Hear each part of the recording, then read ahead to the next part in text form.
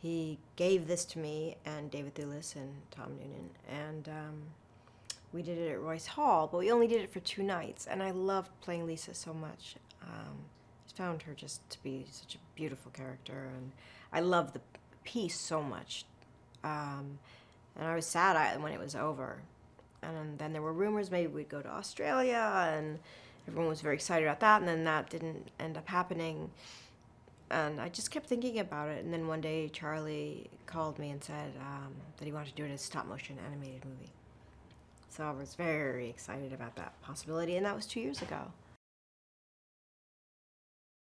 I was tremendously excited about it, and I think it's kind of a perfect marriage for this because there'd be no way to do it live action. And I have always loved stop-motion animation. It reminds me a lot of the things that I was attracted to as a child because it's so tactile. You really feel like you're watching like creatures move in real space, you know, whether they be people or animals. There's something very real about it and very unreal about it at the same time. And it's just evocative, and it has an emotional pull immediately. So I was just excited about that anyway. And then for this piece, it's kind of perfect because, you know, Tom is voicing everyone, and then they can all look the same, as well as sound the same.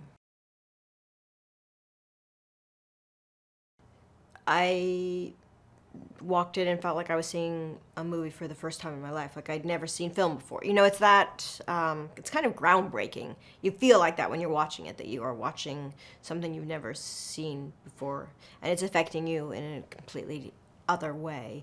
And I think there's something about first of all, the writing is just so beautiful.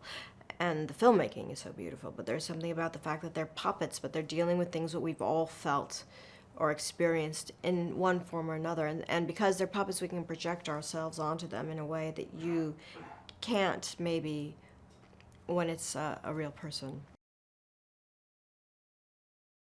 It's about this man who is feeling so alienated and lost and doesn't understand why he keeps losing people that he loves, and why he can't keep a relationship in a way, and why he feels so alienated, and then the hope again that maybe he can have something in his life. Lisa is in a certain way, she's very ordinary and very simple and very straightforward. She's incredibly self-deprecating, a bit shy, a bit nervous. But there's also, she knows who she is, and she accepts her world, you know. She's made peace with all the things she thinks about herself, whether they're unflattering or not, and whether they are true or not. She has sort of found her peace within that. And she's just one of the loveliest characters I've ever had a chance to play. It's wonderful. It's so freeing in a strange way as an actor, because you really can just kind of go inward and remain very focused and still, and yet communicate, you know, and have these very intimate scenes. And the nature of doing it kind of in the dark was very intimate, so it lended itself to it, I think. David Thewlis plays Michael, and I've been a huge fan of David's for so long, and I've known him for a really long time, and always wanted to work with him, so it kind of couldn't be a better movie to finally get to work with him on than Anomalisa. Yeah, so it was just, he's so damn good. He just really is. He's heartbreaking and brilliant, and I just love, he's also a great writer himself. I mean, it's funny because we've been friends for a really, really long time, but I just never dreamed that we would have an opportunity like this.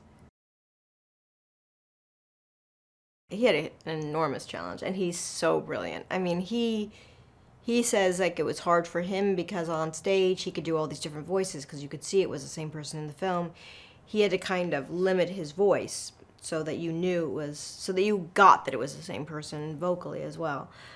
But he still plays every character so differently. Like his kid is so different than the wife, who's, you know, so different than the ex-lover. He's no different than the hotel manager. I mean, he still created all these characters, and yes, I'm sure he limited his vocal range so that they all had a very similar sound, and yet he created completely different characters every time. Incredible. I mean,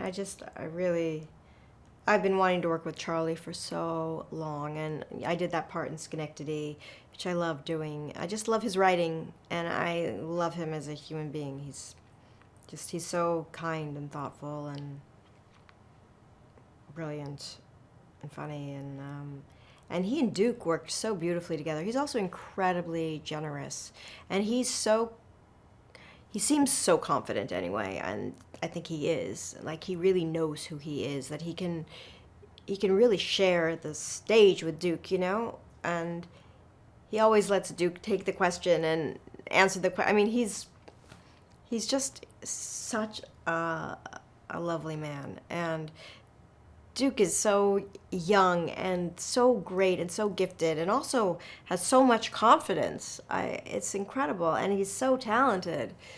And they just worked together beautifully. They really, really did. You think that they had to move each puppet individually for every single motion, blink, everything. It's just mind-blowing, and you forget all of it when you're watching it because it's so good.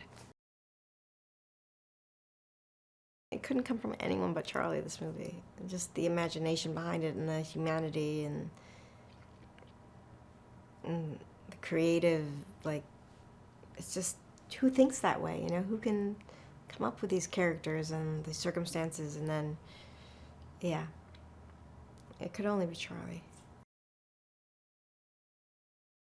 The experience of seeing this film, it's like I was so excited when they were having screenings, because it's, a film that I've made that I really know everyone will love. It's like not every time you make a movie that people will love, and it's such an unusual experience to watch this thing. And it's not only funny, but it's also really moving, and it's completely new. Like I said, it's just like something we've never seen before, so it's exciting for me to share it with people.